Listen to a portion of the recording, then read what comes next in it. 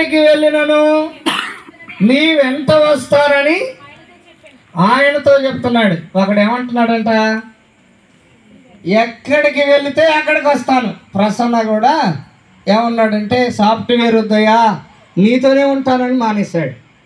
సాతాను ఏం చేశాడు, ఆశ పెడతాడు కదా, ఏమని స్టెనోగ్రఫీ ఇచ్చాడు ఉద్యోగం గవర్నమెంట్. ఒకవేళ దేవుడు చూస్తున్నాడు పోతాడా అని, పోతాడా, పోలే. ఇంకోటి ఇచ్చాడు, జూనియర్ అసిస్టెంట్ ఇచ్చాడు, పోలే. ప్రియులారా, ఇదిగో ఒకడు ఏమంటున్నాడంటే, ప్రభువా నువ్వు ఎక్కడికి వెళితే నేను అక్కడికి వస్తాను.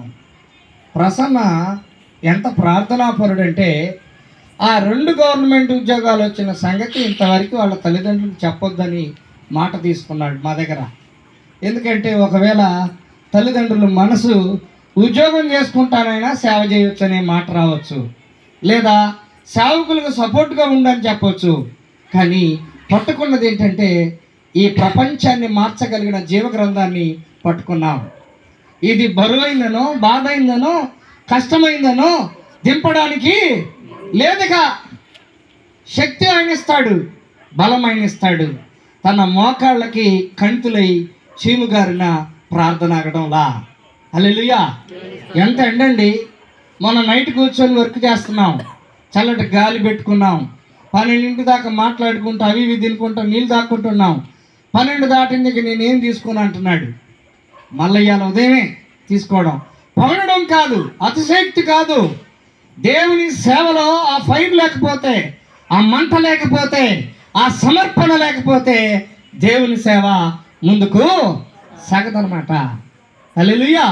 ఒకడు అంటున్నాడు, నేను ఎక్కడికి వెళ్తే వస్తాను. ఏమన్నాడు ప్రభు? కొంచెం మీరు అట్లా అందించండి, తొందరగా ముగిస్తాను. నక్కలకి ఏమన్నాయంట? బొరీలు ఉన్నాయి. ఆకాశ పక్షులకు నివాసములు కలవు, మనిషి కుమారునికి. ఓరి బాబు, నువ్వు నా దగ్గరకు వచ్చి ఏం చేస్తావురా? నక్కలకి స్థలం ఉన్నది, ఇంకేంటంట పక్షులకు గూళ్ళు ఉన్నవి. నువ్వు నా ఏమిటి వస్తున్నట్టున్నావు, నా దగ్గర ఏమీ లేదు కదా. అంటే ఏమని చెప్తున్నాడు వాడికి ఇండైరెక్ట్గా? నువ్వు నాతో రావద్దు అని అన్నాడు.